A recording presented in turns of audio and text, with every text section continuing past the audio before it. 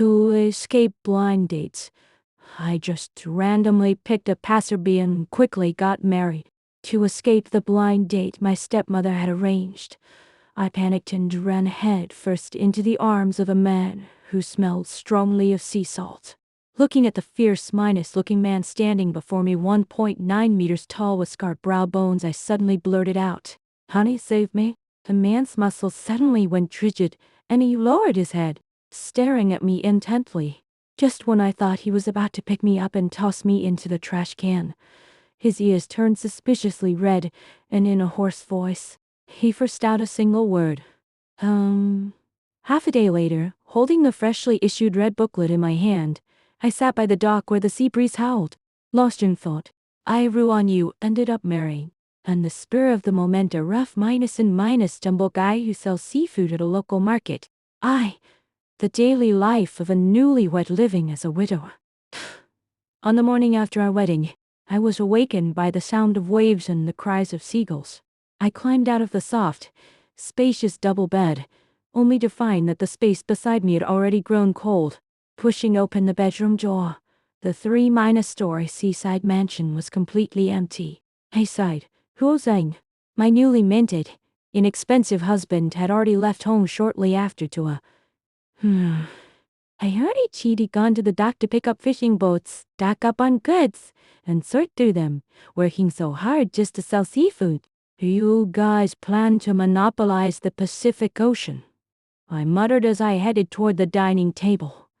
The breakfast seafood congee and several refreshing side dishes is kept warm under a dust cover on the table, with something pressed down beside it. A note with surprisingly strong and decisive handwriting. There's soup left in the kitchen pot. It's stuck in the drawer. Your password is the last 6 digits of your phone number. Help yourself to whatever you do, like you'll be back tonight. I pulled open the drawer and a savings card lay quietly inside. My mood was somewhat mixed. Huozang and I were complete strangers. Nothing more than that. That day, at the restaurant entrance, I was cornered by my stepmother and that greasy, wealthy businessman who insisted on forcibly dragging me into that car. Huozang was standing nearby, smoking beside a heavy duty motorcycle. With his imposing physique and fierce looking face, he stood there so tall and intimidating that no one within 2 meters dared to come near him. When I lunged toward him, calling out honey, I'd already prepared myself for him to shove me away. But instead, he didn't push me at all. Just as the rich businessman started cursing and stepping forward, Huozang promptly stubbed out his cigarette, took a single step forward and completely shielded me behind him. He didn't even raise a hand, he just lowered his eyelids coldly, his gaze sharp as a blade, sweeping briefly over the 2 men. Get lost, he said in a single icy word. At those words alone, the rich businessman's legs went weak with fear, and he grabbed my stepmother, both of them scrambling backward like they'd been chased by a pack of wild beasts. Later, I invited him for coffee to thank him. Seated on a tiny cafe chair, he looked unusually uncomfortable. I poured out my heart to him, telling him how my family was pressuring me into marriage, and that I didn't even have a place to live anymore.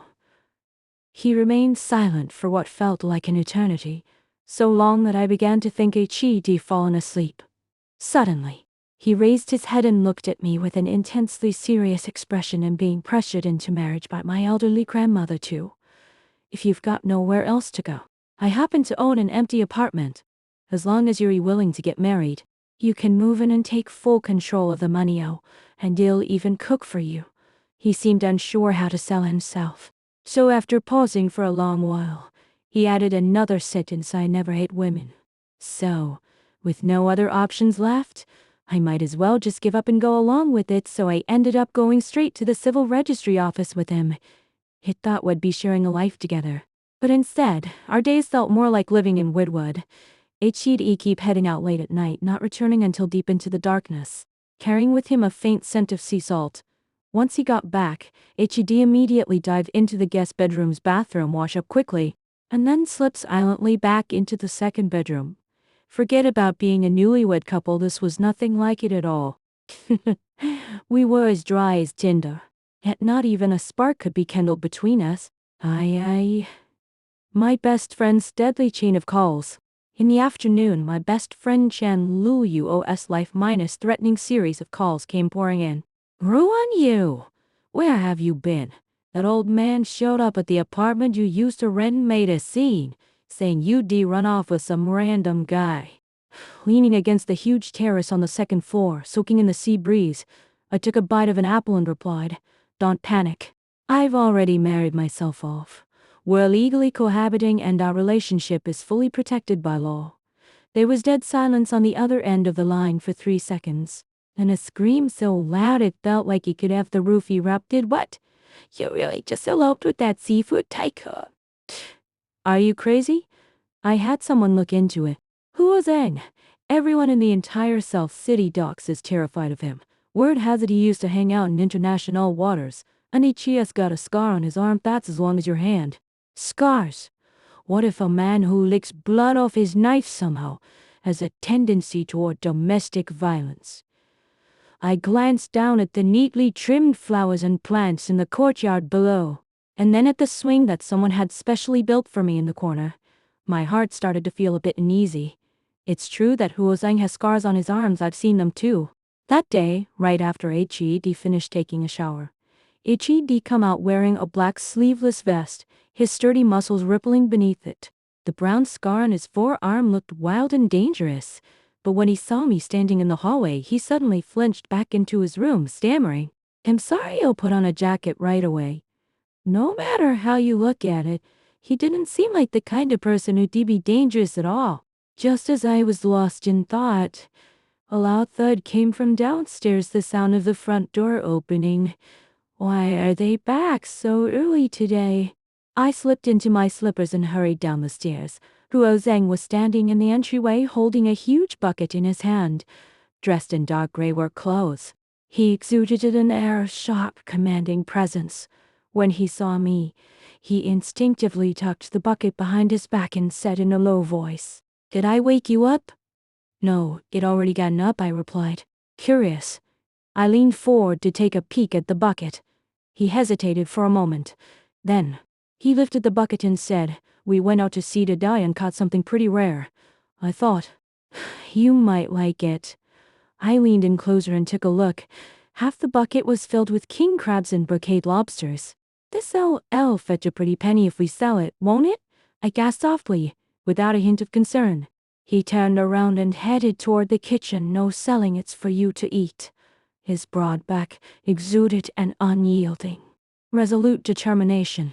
I followed behind him, watching as he deftly rolled up his sleeves, revealing his thick, muscular arms, and began to handle those ferociously writhing seafood. The sharp boning knife spun swiftly in his hands, his movements crisp and precise. Radiating an air of ruthless efficiency, I swallowed hard, and my best friend's words echoed in my mind that knife technique, if it were used to chop someone down, it'd probably be just as smooth and effortless. Huo Zhang, I said cautiously. He paused briefly in his work, turned his head to look at Mo, his features, deepened by years of exposure to wind and sun, taking on a slightly questioning expression. "What's wrong? Afraid of the fishy smell? Go ahead and watch TV in the living room for a bit, it'll be done in no time." "No." I mustered up all my courage. "You, did you used to have some kind of special occupation on the high seas?" The air suddenly grew eerily quiet. Huo Zhang's knife hung suspended in midair, his dark, profound eyes fixed intently on me. Just when I'd begun to think he was about to kill me and silence me forever, he lowered the knife and wiped his hands on his apron. "Before I turned 20, I did indeed work on a fishing vessel. That scar, it's from a storm the ship tilted, and I got whipped by a steel cable while trying to protect the winch." He looked at me, and in his eyes I actually saw a hint of wounded vulnerability. "I've never been involved with the underworld, never gotten into fights. I'm a law-abiding citizen who pays my taxes honestly. Ruan Yu, are you?" His tall frame seemed slightly hunched, like a massive beast that had startled its master, carefully retracting all its claws, as if afraid of hurting me. My heart gave a sudden, sharp pang. "Afraid? Who's afraid of you? I strode over boldly, tugging lightly on the strap of his apron. I'm just curious, that's all. Hurry up and cook, I'm starving. Instantly, his eyes lit up. Her lips curved upward ever so slightly. Good. Right away. Aye, aye. The rough minus stumble man's tenderness. At dinner, the table was laden with a lavish seafood feast. Huo Zhang hardly touched his chopsticks, just sitting quietly to one side watching me eat. Why aren't you eating? I offered him a peeled shrimp. He paused for a moment, his ears instantly turning red. He took it awkwardly, mumbling softly, I'm sick of eating on the boat. You go ahead and enjoy it. As I looked at him, I suddenly realized that this man, who could seem fierce and intimidating in front of others, always wore an air of cautious deference when he was with me. In the days that followed, I gradually came to witness even more of his tenderness. H.E.D. quietly and gently washed my favorite strawberries late at night, right after he returned from a sea voyage, and then placed them in the fridge. Whenever I casually mentioned wanting to gaze at the stars, H.E.D. clumsily climbed onto the rooftop in the middle of the night and set up a little viewing platform just for me. And when I was on my period, H.E.D. awkwardly brewed me ginger tea sweetened with brown sugar. Then blushingly slip a hot water bottle into my hands. His care was never just words, it was hidden in every clumsy yet earnest little detail. That day, the stepmother showed up again, accompanied by the wealthy businessman. They blocked the entrance downstairs, shouting uncursing, calling me an ungrateful, heartless wolf who'd turned my back on them and demanded that I go back and marry the rich man. I was so furious that my whole body was trembling. Just as I was about to storm downstairs and confront them, Huo Zhang stepped in front of me first. He didn't say a word, he just stared coldly at the two of them, his gaze so icy it almost froze anyone in place. The wealthy businessman's legs went weak under his piercing glare, and the stepmother was so terrified that she hid behind him. Huo Zhang took a step closer, his voice as cold as ice. Get out. If you dare to come bother her again, I can't guarantee you'll leave this dock alive. The two of them scrambled away, fleeing for their lives. I looked at his back, and suddenly my heart felt calm. Before, it always thought that his fierceness is a symbol of danger, but only now do I realize that his ferocity has always been solely to protect me. In the evening, I was curled up on the sofa watching a movie when Huo Zhang came out of the bathroom, towel minus drying his hair. After hesitating for a long time, he finally sat down beside me, keeping a respectful distance, like a big golden retriever. Ruan Yu, he whispered softly, it's been me. I've been the one who was good enough. I didn't talk much, and I didn't know how to get along with you, which probably scared you. I turned my head to look at him. Under the soft light, his eyes held a hint of unease and cautiousness. No way, I shook my head. Huo Zhang, you're great. He jerked his head up suddenly, his eyes shining with an astonishing intensity. Really? I smiled and nodded, yeah. Really? He seemed greatly encouraged and shifted forward a bit, coming closer to me. So from now on, let's just live our lives well together, okay? His voice carried a hint of nervousness. I looked at him, and suddenly, I realized that this whirlwind marriage, which had started on a whim, wasn't so bad after all. Right, I said. His lips suddenly curled into a goofy smile. Ram was unrecognizable compared to his usual cold and tough demeanor as the dock boss. IV, the signal of a heartbeat. As the days passed, my relationship with Huo Zhang gradually grew closer. He no longer slept in the spare bedroom instead. After I fell asleep, H.E.D. quietly slipped into bed beside me, lying far enough away to seem like a good little boy. And I, too, was no longer as reserved as before. When he came home, it handed him a cup of warm water, and did share with him the amusing things that had happened to me during the day. That day was my birthday, I'd even forgotten about it myself. When I got home in the evening, I found the living room filled with candles and a cake on the table that looked rather clumsy. Huo Zhang was standing there, his ears slightly flushed.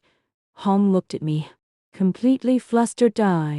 I'm doing this for the first time, and I'm not sure if it'll taste good. I glanced at the lopsided cake and suddenly felt my eyes well up with tears. How did you know it was my birthday? He scratched his head and said, I saw it on our marriage certificate. I walked over and hugged him. His body went stiff for a moment. Then he cautiously returned the hue, his grip so gentle it felt as though he were afraid to break me. Ruan Yu, his voice muffled. Happy birthday. That night, we were closer than ever before. He held me in his arms and gently kissed my forehead. A gesture so tender it seemed almost unreal. Ruan Yu, he whispered, I've never been in a relationship before. And I don't know how to say all those sweet things people usually say. But I'll treat you well throughout my entire life. I'll treat you well. I buried my face in his chest and nodded. I know, I said. I'm starting to understand that this rough minus and minus stuff guy, covered in thorns though he may be, has always kept his tenderness hidden in the smallest of details.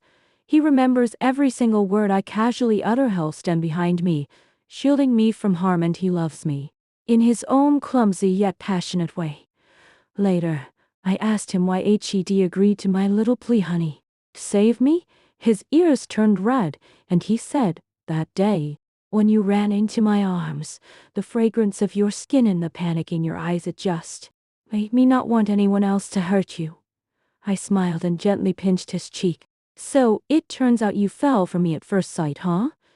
He turned his face away, his ears turning even redder. But he didn't deny it. It turns out that not all love has to begin with a grand, dramatic start. For some people, a spark of attraction lasts a lifetime at first glance. For others, it's a gentle, steady flame, a warmth that quietly seeps into their hearts day after day, gradually deepening until it finally overflows and becomes an ocean. The sea breeze outside the window is gentle, and the man beside me, carrying a faint scent of sea salt, softly kisses me. HES the one.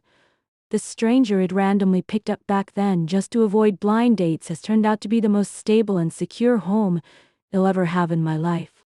It turns out that a whirlwind marriage can be truly beautiful.